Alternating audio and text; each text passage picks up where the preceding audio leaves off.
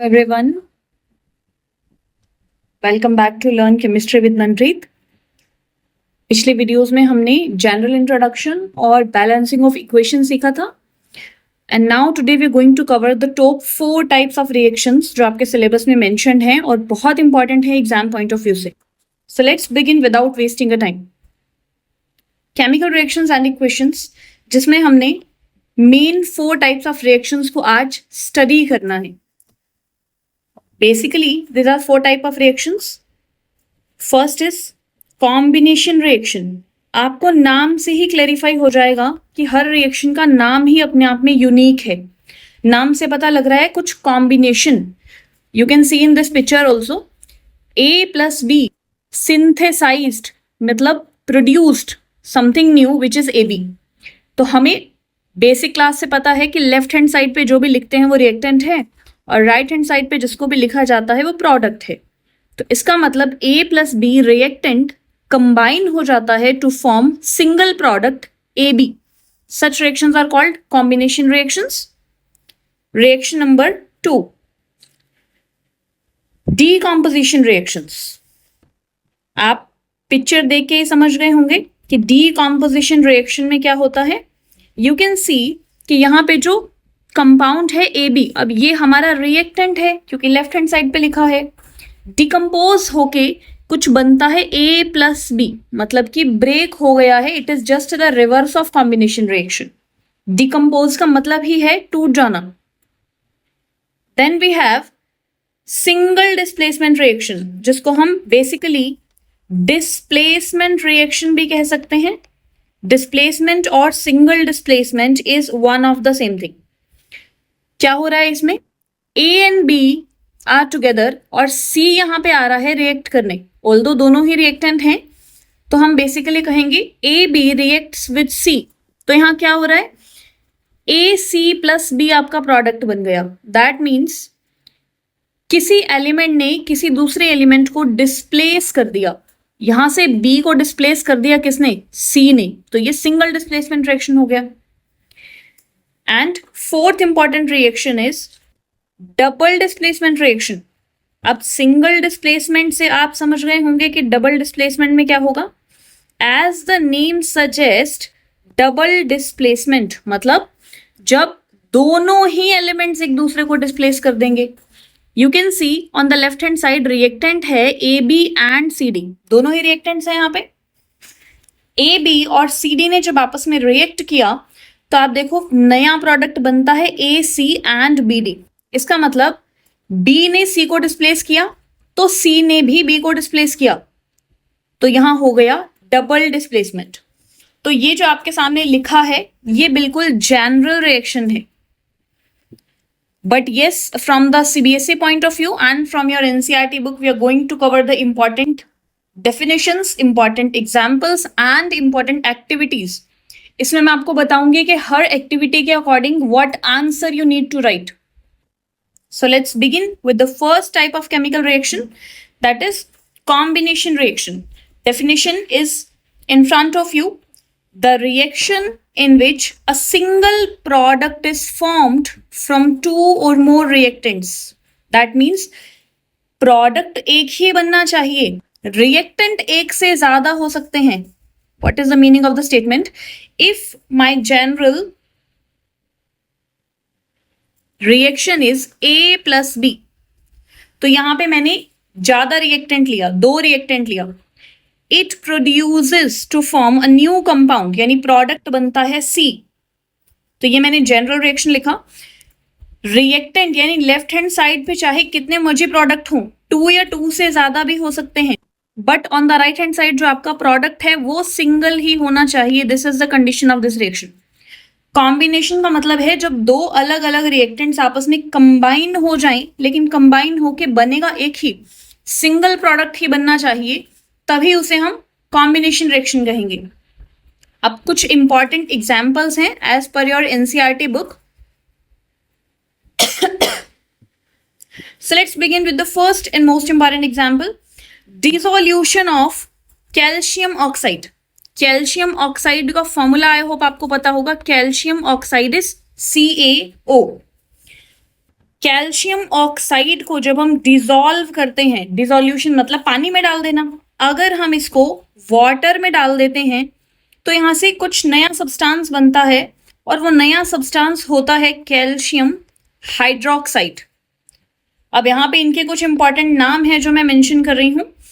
Calcium oxide का important name है quick lime, इसे हम नॉर्मल लैंग्वेज में क्विक लाइम भी बोलते हैं। और कैल्शियम हाइड्रोक्साइड का भी एक इंपॉर्टेंट नाम है विच इज स्लेग्ड लाइम, और हम इसे नॉर्मली लाइम वाटर भी बोल सकते हैं। तो ये दोनों नाम आपके एनसीईआरटी पॉइंट ऑफ व्यू से इंपॉर्टेंट हैं। तो हम कहेंगे कि जब हमने क्विक लाइम को वाटर में डाल दिया तो यहां से क्या हुआ, देखिए दो रिएक्टेंट हैं, रिएक्टेंट ने आपस में कंबाइन किया और यहां पे एक सिंगल प्रोडक्ट बन गया। तो this is the example of combination reaction. Similarly burning of coal, basically हम किसी भी चीज को अगर जला दें तो कोल में क्या होता है, कार्बन होता है। जलाने के लिए oxygen is necessary, oxygen is the supporter of combustion ना।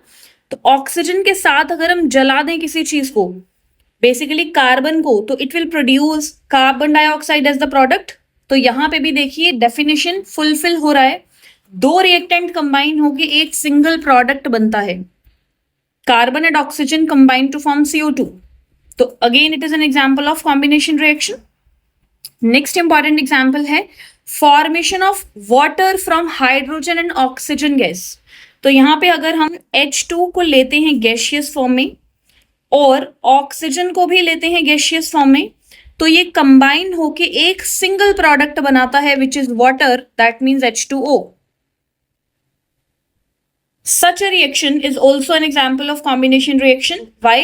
रिएक्टेंट फिर से दो हैं लेकिन जुड़ने के बाद बन तो एक ही रहा है, सिंगल प्रोडक्ट ही पहचान है कॉम्बिनेशन रिएक्शन की। I hope these examples are clear to you.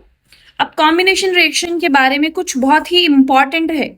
वो इंपॉर्टेंट चीज क्या है कि कॉम्बिनेशन रिएक्शंस जो आप पढ़ते हैं वो majorly most of the cases में एक्सोथर्मिक इन नेचर होती हैं। अब ये क्या आ गया, what is the meaning of word exothermic in nature? Exo word का मतलब यहां होता है एक्स्ट्रा या बेसिकली रिलीज्ड। थर्मल वर्ड का मतलब होता है हीट। तो बेसिकली इन रिएक्शंस में हीट रिलीज होती है। कैसे? यहां पे आपको एक फिगर दिख रही होगी। इस फिगर में क्या है, आपने कैल्शियम ऑक्साइड को वाटर में डाल दिया। तो अभी हमने रिएक्शन पढ़ा कि यहां पे स्लेग्ड लाइम बन जाएगा। कैल्शियम ऑक्साइड को जैसे ही वाटर में डालेंगे तो स्लेग्ड लाइम यानी कैल्शियम हाइड्रोक्साइड बन जाएगा। तो इस रिएक्शन में देखिए यहां पे किसी पर्सन का हैंड है, यहां पे हम ट्राई कर रहे हैं to touch the beaker and note the difference in temperature.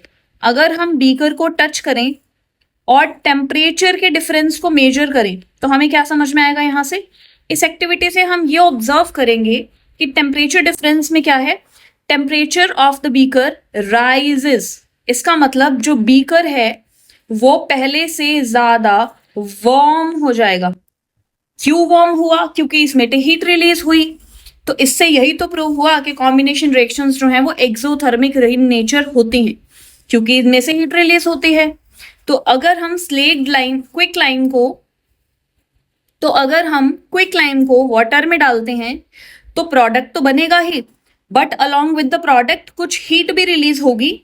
तो इसलिए हम कहेंगे कि ये एक्सोथर्मिक रिएक्शन इन नेचर है, हीट रिलीज होती है। कैसे पता चलेगा? आप बीकर को टच करके देखेंगे तो आपको वार्मथनेस यानी हीट फील होगी। I hope this is clear. Combination reaction exothermic in nature होती हैं। तो फर्स्ट एग्जाम्पल हमने ये स्टडी किया। अनदर एग्जाम्पल इज कि अगर हम रेस्पिरेशन की बात करते हैं, आपने ये टर्म अपना बायोलॉजी में सुना होगा, the word respiration. What is the meaning of word respiration? Basically जब हमारी बॉडी के अंदर ग्लूकोज होता है, जो हमने खाना खाया और खाने के रूप में बॉडी के अंदर ग्लूकोज बन गया, वही ग्लूकोज ऑक्सीजन के साथ कंबाइन करता है हमारी बॉडी में और ब्रेक डाउन हो जाता है into CO2 plus H2O and it produces a lot of energy. इसी को बोलते हैं एक्सोथर्मिक या रेस्पिरेशन। रेस्पिरेशन का मतलब है जो भी खाना आपने खाया वो बेसिकली ग्लूकोज की फॉर्म में डाइजेस्ट हो जाता है, कार्बोहाइड्रेट्स कन्वर्ट हो जाते हैं। तो ग्लूकोज है C6H12 एंड O6। तो जब इसको ऑक्सीजन के साथ हमारी बॉडी यूटिलाइज करती है तो ये कन्वर्ट हो जाता है to give the product. But हमारे लिए यहाँ पे प्रोडक्ट में एनर्जी इंपॉर्टेंट है। इसका मतलब यही वो एनर्जी है जो खाना खाने के बाद हमें फील होती है, अच्छा एनर्जाइज्ड फील होता है। बट अगर एनर्जी रिलीज हुई है तो again energy is release, that means यहाँ पे ये भी एक्सोथर्मिक रिएक्शन का एग्जाम्पल हो गया। हाँ, ये कॉम्बिनेशन है और एक्सोथर्मिक रिएक्शन भी है बिकॉज यहाँ पे भी बहुत सारी हीट रिलीज हो जाती है। I hope these 2 points are clear to you. So next important example is conversion of vegetable matter into compost. Vegetable matter को अगर हम कंपोस्ट में कन्वर्ट करते हैं, वेजिटेबल मैटर मतलब क्या, हमारे घर में जो भी वेजिटेबल्स के छिलके होते हैं, पील्स होते हैं, वेस्ट होता है, तो उन वेजिटेबल पील्स का आपको पता है मैन्यूर बनाने में यूज होता है, कंपोस्ट बनता है जो प्लांट्स के लिए अच्छा है। और यहाँ पे भी हीट रिलीज होती है, तो इसीलिए ये भी एक बहुत अच्छा एग्जाम्पल है एक्सोथर्मिक रिएक्शन का।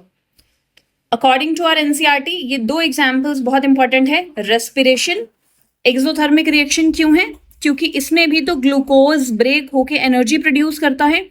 जिस भी रिएक्शन में एनर्जी प्रोड्यूस हो जाएगी तो उसे एक्सोथर्मिक इन नेचर कह देंगे। Second example is vegetable matter को अगर हम मैन्यूर बनाते हैं, कंपोस्ट में कन्वर्ट करते हैं, तो वो भी हीट रिलीज करता है। That means it is also an example of exothermic reaction. I hope exothermic reactions are clear now and combination reactions are clear now. Next type of reaction is decomposition reaction. ये बिल्कुल opposite है जैसे हमने अभी study किया था। The reactions in which single reactant decomposes to form more than one product. अभी बिल्कुल उल्टा है, जहां पे single reactant is A और ये ब्रेक हो रहा है to form more than one product. Suppose मेरे 2 प्रोडक्ट बन गए B and C, तो अब हम कहेंगे कि यहाँ पे A जो है वो डीकम्पोज हो गया। डीकम्पोज वर्ड का मतलब होता है टू स्प्लिट, ब्रेक हो जाना। तो ये ब्रेक हो गया B और C में, लेकिन अपने आप तो ब्रेक नहीं होगा।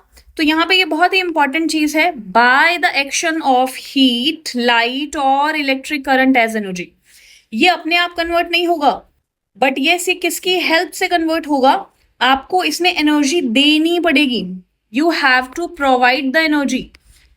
अगर आप एनर्जी देते हैं, किस फॉर्म में दे सकते हैं, 3 तरीके से दे सकते हैं। हीट की फॉर्म में एनर्जी दे दो, या फिर करंट की फॉर्म में एनर्जी दे दो, या फिर सनलाइट की फॉर्म में एनर्जी दे दो। किसी भी तरीके से अगर आप एनर्जी प्रोवाइड कर देते हैं तो डिकम्पोजिशन रिएक्शन हो जाएगा। So that means हम ये कह सकते हैं decomposition reaction is further divided into 3 subtypes. जिस भी रिएक्शन में हम हीट को यूज करते हैं in the form of energy, decomposition तो उसमें भी होगा। तो हम कह देंगे कि वो रिएक्शन होती है thermal decomposition reaction. Thermal word का मतलब ही हीट होता है। तो अगर हम कैल्शियम कार्बोनेट को डिकम्पोज करें, what is calcium carbonate, CaCO3, अगर मैं इसको डिकम्पोज करूं मतलब तोड़ दूं हीट की हेल्प से, तो हमने फर्स्ट क्लास में देखा था कुछ सिंबल्स यूज करते हैं। तो ये जो ट्रायंगल है, ये ट्रायंगल हीट का सिंबल होता है। तो अगर हम इसको हीट कर देते हैं बेसिकली, तो ये डिकम्पोज हो जाएगा, ब्रेक हो जाएगा। तो टूट के बनेगा क्या, तो बनता है यहाँ पे calcium oxide and CO2। Calcium oxide का अभी मैंने एक इंपॉर्टेंट नाम बताया था, रिकॉल करो जल्दी से, क्या इंपॉर्टेंट नाम था, quick lime. This is important. तो कैल्शियम कार्बोनेट को अगर हम हीट करें, मतलब हीट की फॉर्म में एनर्जी दे दें, तो ये हो जाएगा thermal decomposition of calcium carbonate और हमारा प्रोडक्ट हो जाएगा calcium oxide and carbon dioxide. एक और इंपॉर्टेंट एग्जाम्पल है यहाँ पे, decomposition of ferrous sulfate. What is ferrous sulfate now? ये भी इंपॉर्टेंट है. ferrous sulfate है FeSO4. तो इसे हम आयरन सल्फेट भी बोल सकते हैं. इसको डिकम्पोज करने से क्या होता है? वैसे तो जेन्युइन फॉर्मूला जो है वो FeSO4 का फॉर्मूला होता है FeSO4.7H2. यहाँ पे 7 वाटर मॉलिक्यूल्स भी अटैच होते हैं और इसका कलर होता है ग्रीन. तो हम कह सकते हैं ये ग्रीन कलर के क्रिस्टल्स हैं. अगर हम इसको हीट दे दें तो जलाने से, हीट देने से ये कन्वर्ट हो जाएगा Fe2O3 यानी ferrous oxide plus SO2 and SO3 in the form of gas. अब यहां पे जो फेरस सल्फेट से फेरस ऑक्साइड बना है ये रेडिश ब्राउन कलर का होगा. जो यहां पे सल्फर डाइऑक्साइड और सल्फर ट्राइऑक्साइड गैसेस रिलीज हुई हैं इनकी बहुत ही पंजेंट स्मेल होगी बिकॉज इसमें सल्फर प्रेजेंट है और सल्फर की स्मेल बिल्कुल अच्छी नहीं होती. It is just like रॉटन egg like smell. तो गंदी सी स्मेल होती है सल्फर की. जब भी हम रिएक्शन करेंगे you can see the activity कि अगर हमने 2 ग्राम फेरस सल्फेट को बॉयल किया है ट्यूब के अंदर तो उसमें कलर चेंज आएगा. तो अब यहां से शुरू होता है कि क्या ऑब्जर्व करेंगे, क्या हमारी ऑब्जर्वेशन रहेगी इसमें. पहली ऑब्जर्वेशन तो हमारी यही रहेगी कि इसमें कलर चेंज होगा. क्या कलर चेंज हुआ? ग्रीन से रेडिश ब्राउन चेंज हो गया कलर. दूसरी ऑब्जर्वेशन हमारी रहेगी कि इस रिएक्शन के अंदर कुछ अनप्लीजेंट गैसेस रिलीज होंगी. वो अनप्लीजेंट गैसेस होंगी sulphur dioxide and sulphur trioxide. तो ये दोनों ऑब्जर्वेशंस इस रिएक्शन की पहचान है. एक होगा कलर में चेंज और दूसरा होगा पंजेंट स्मेल का आना. You can see the activity here. जब भी हम इसको परफॉर्म करते हैं तो आप देखो यहाँ पे इस गर्ल ने टेस्ट ट्यूब को अपने से ऑपोजिट साइड पे रखा है, अपनी तरफ नहीं रखा. रीजन बीइंग क्योंकि हमें कभी भी टेस्ट ट्यूब के माउथ को अपनी तरफ पॉइंट आउट नहीं करना या अपने फ्रेंड्स के साथ मजाक मस्ती में नहीं करना, क्योंकि इसमें से जो भी गैसेस रिलीज होंगी वो डायरेक्ट हमारे अंदर जा सकती हैं, हम इनहेल कर सकते हैं. It is not good to inhale. इसीलिए इन केमिकल्स को अपने से दूर रख के हीट करना चाहिए. So I hope your observations clear हो गई हैं. Let's move to the third and most important example now. Decomposition of lead nitrate. अब ये भी important formula है. Lead nitrate क्या होता है? PbNO3 whole twice. बहुत सारे बच्चे इसको PbNO3 लिखते हैं और वहीं से रिएक्शन गलत हो जाती है. अगर इसको भी हम डिकम्पोज करेंगे हीट देके, अगर आपने इसको भी जला दिया, हीट दे दी, तो ये क्या बन जाएगा? यहां से रिलीज होगा PbO plus NO2 and O2. अब याद क्या रखेंगे? PbNO3 लेड नाइट्रेट का कोई कलर नहीं है, ये कलरलेस सॉल्ट है. लेकिन जैसे ही आप इसको जलाओगे तो PbO बनेगा which is yellow in colour. Nitrogen dioxide gaseous, oxygen is gaseous. तो ये दोनों गैसेस हैं. ऑक्सीजन का तो कोई कलर नहीं होता, वी नो कि it is a colourless gas. But NO2 यहां पे इंपॉर्टेंट हो जाता है बिकॉज NO2 गैस है and that too with brown fumes. ये ब्राउन कलर का धुएं के फॉर्म में बाहर निकलती है जिसे ब्राउन फ्यूम्स कहते हैं. और ये यहाँ पे इंपॉर्टेंट है क्योंकि इसी के फ्यूम्स की हेल्प से ही हमें रिएक्शन की पहचान आती है. क्योंकि हमें एग्जामिनर दे देगा कि कोई भी कलरलेस सॉल्ट है, उसको हमने हीट किया तो उसमें से कुछ ब्राउन फ्यूम्स निकल रहे हैं. आप इस फिगर में भी देख सकते हो, देखो यहाँ पे कुछ ब्राउन फ्यूम्स का एमिशन हो रहा है. तो ये ब्राउन फ्यूम्स यानी ब्राउन कलर का धुआं इंडिकेट कर रहा है कि NO2 ही है. और NO2 है तो NO2 तो नाइट्रेट से ही आई होगी. इसका मतलब ये लेड नाइट्रेट का एग्जाम्पल है. यहां पे हम क्या ऑब्जर्वेशन लिखेंगे? अगेन हम यहाँ पे फर्स्ट ऑब्जर्वेशन लिखेंगे.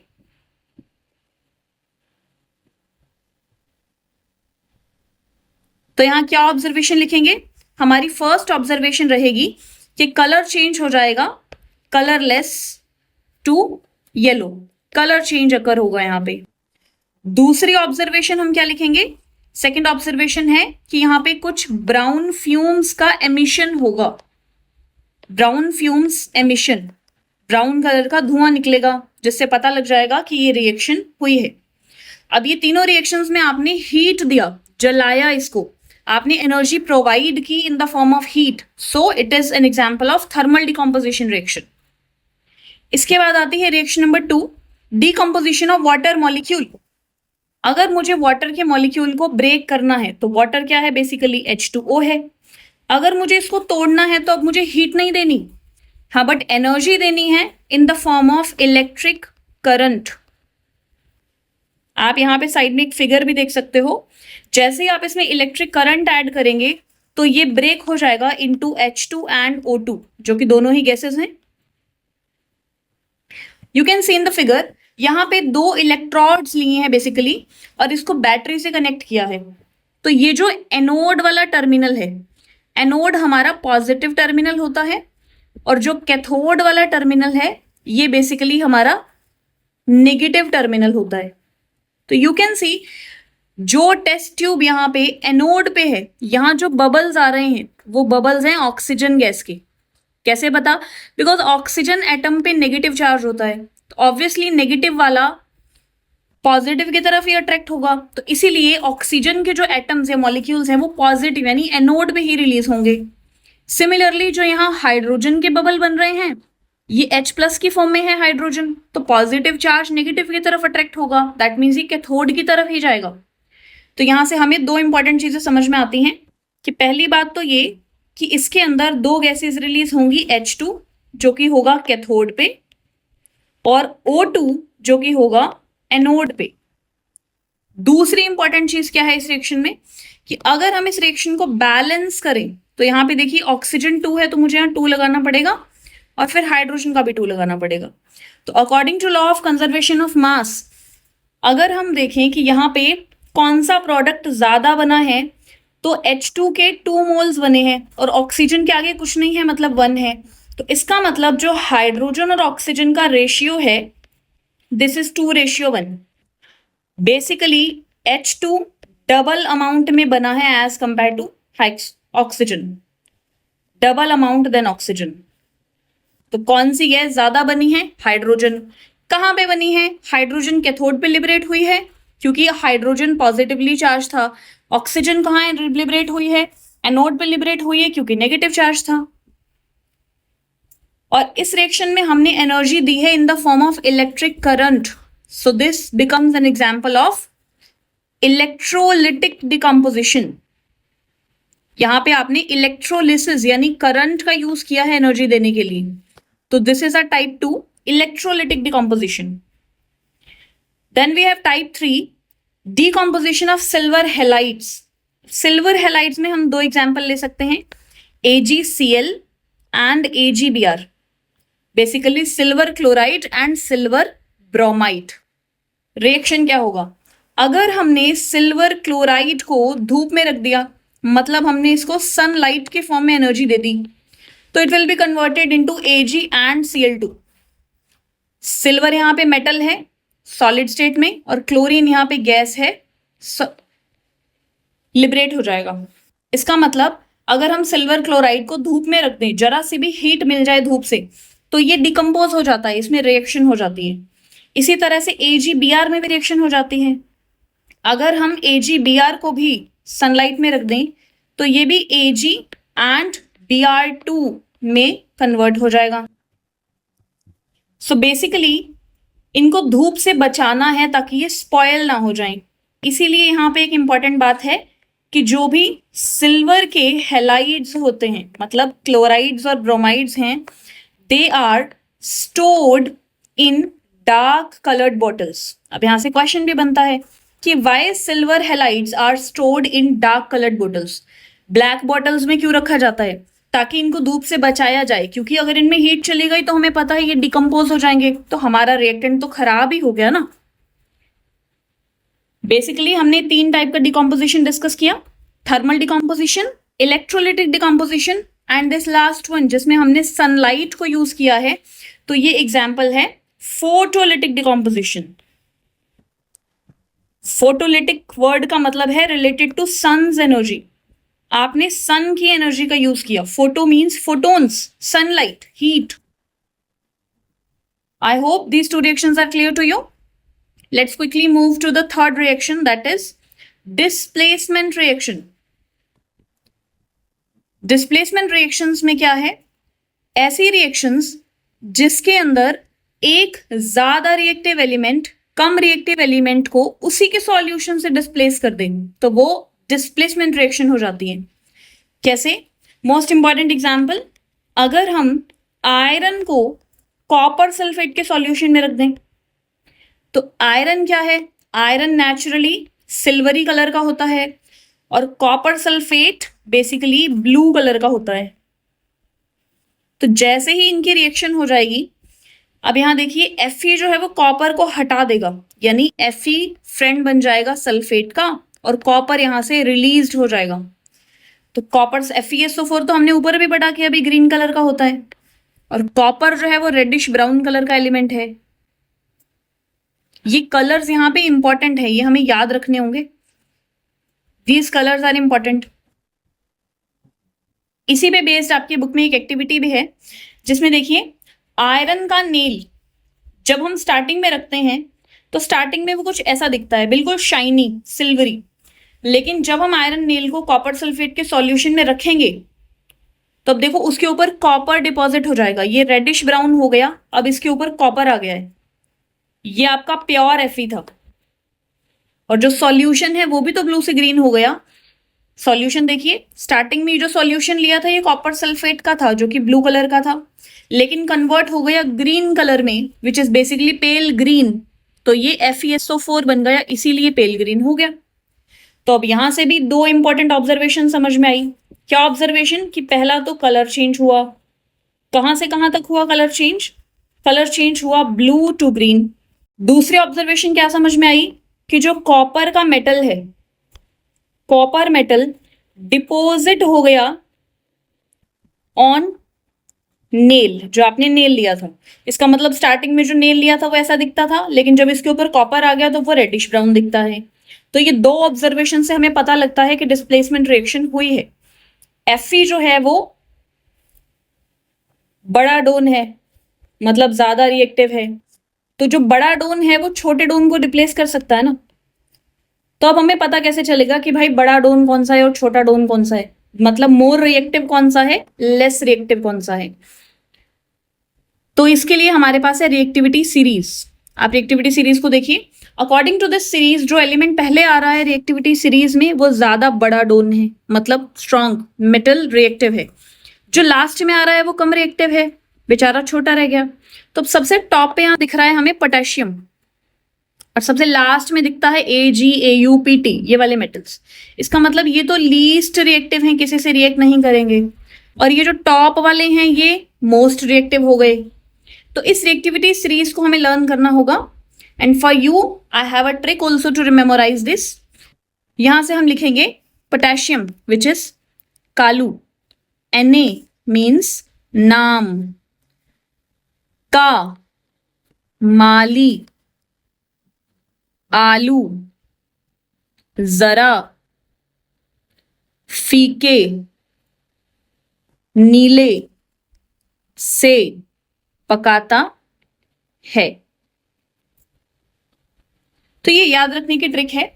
Kalu stands for K, potassium, नाम Na sodium, calcium, magnesium, aluminium, zinc, फीके से Fe आयरन, नीले से निकल, Se से टिन, पकाता से Pb, है से हाइड्रोजन। उसके बाद ये हमारे कॉइनेज मेटल हैं जिनके कॉइन्स बनते थे, basically copper, mercury, silver, gold and platinum. तो अकॉर्डिंग टू दिस एक एग्जाम्पल और बताइए। अगर मैं लिखूं Pb प्लस CuCl2, क्या ये रिएक्शन हो पाएगी? क्या आप मुझे बताएंगे कि Pb कॉपर को यहां से हटा सकता है या नहीं? देखना पड़ेगा कि भाई Pb बड़ा डोन है या कॉपर बड़ा डोन है। तो रिएक्टिविटी सीरीज को चेक कर लेते हैं। देखिए जरा, Pb तो यहां पे दिखता है और कॉपर यहां पे दिखता है, तो इसका मतलब जो Pb है वो ज्यादा रिएक्टिव है कॉपर से। तो इसका मतलब ये इसको इसके घर से उड़ा सकता है। तो अगर Pb ने कॉपर को यहां से हटा दिया तो इट विल बिकम PbCl2 और कॉपर यहां से आउट हो जाएगा। तो यहां से हमारा रिएक्शन हो जाएगा, दैट मीन्स ये सिंगल डिस्प्लेसमेंट रिएक्शन हो गया। पीबी ने कॉपर को डिस्प्लेस कर दिया because P B was more reactive than copper. अगर मैं इसी तरह से रिवर्स रिएक्शन पूछूं कि भाई FeSO4 प्लस कॉपर, क्या ये रिएक्शन हो जाएगा? तो अब आप देखिए, यहां पे Fe है और यहां पे कॉपर है। रिएक्टिविटी सीरीज को देखें, हमें यहां मिल जाता है और कॉपर हमें यहां मिल जाता है।